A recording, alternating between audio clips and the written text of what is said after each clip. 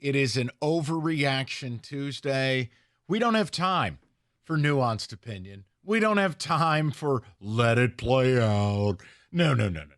We are going to be the opposite of responsible. We're going to be irresponsible.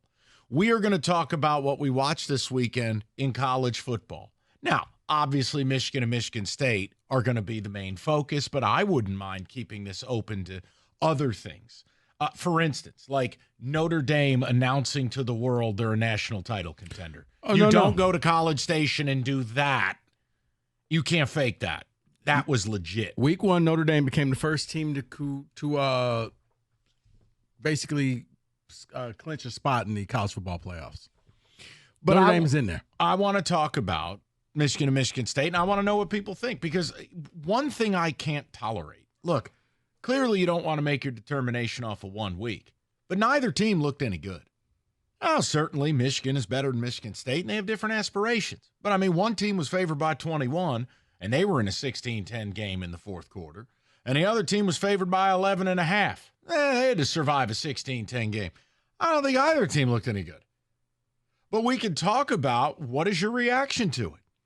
Clearly, I'll wait until Texas this weekend, and I'll wait until Maryland for Michigan State. But, Rico, I don't know what I'm supposed to pull out of those two games other than a lot of recyclables.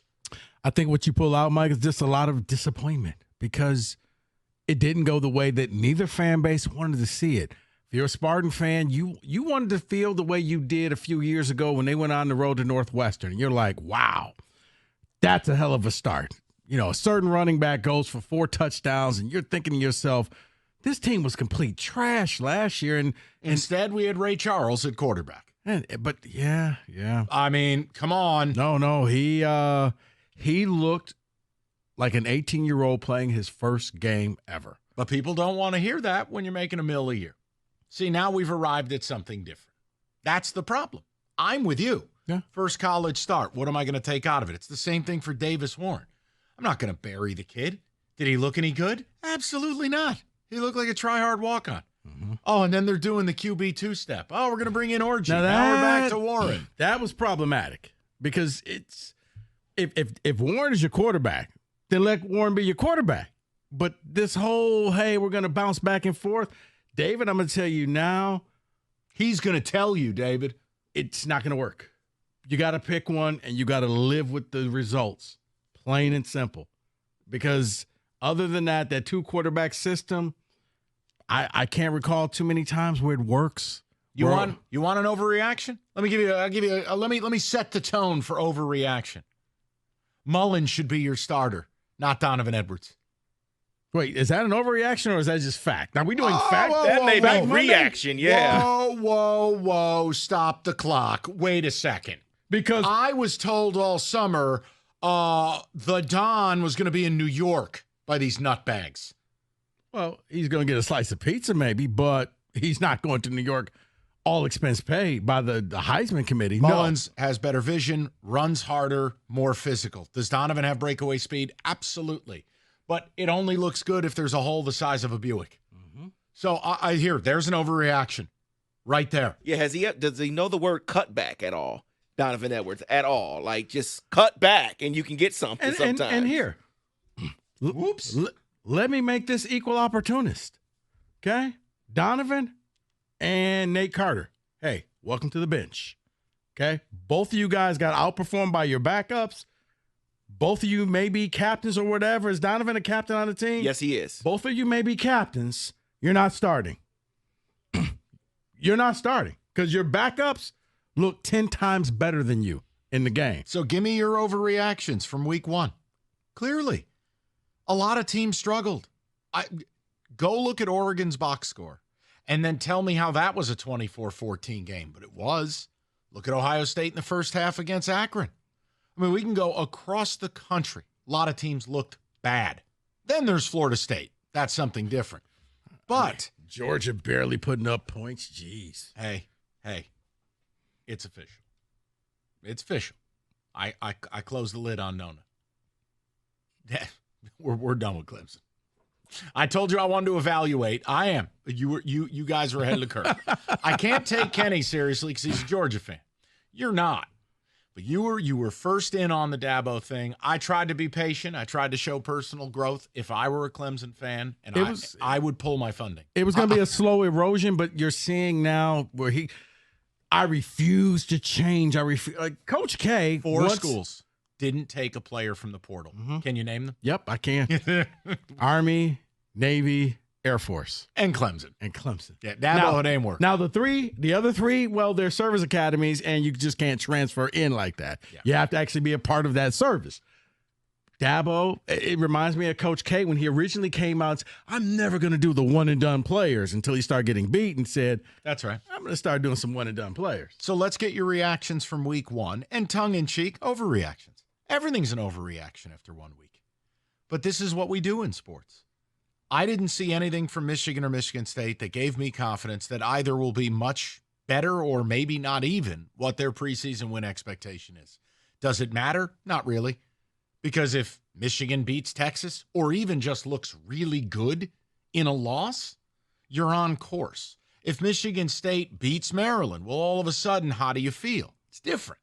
Right. Different goals, different tiers of quality. So Michigan, let's say the game is like the Notre Dame Texas A&M game. I wouldn't knock them in the least. Okay. Because again, you're playing an out-of-conference SEC heavyweight. I give you credit for playing the game. Now, if you get depantsed, that's different. If it's like Florida State last night, where Boston College took a knee rather than run up the score. If you're walking around with Billy Napier's haircut, losing 41-17, that's different.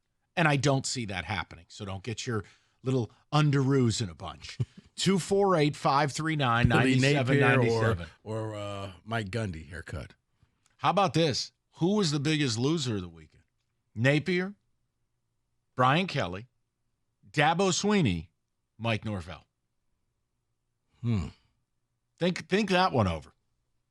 And it's different programs at different kind of checkpoints.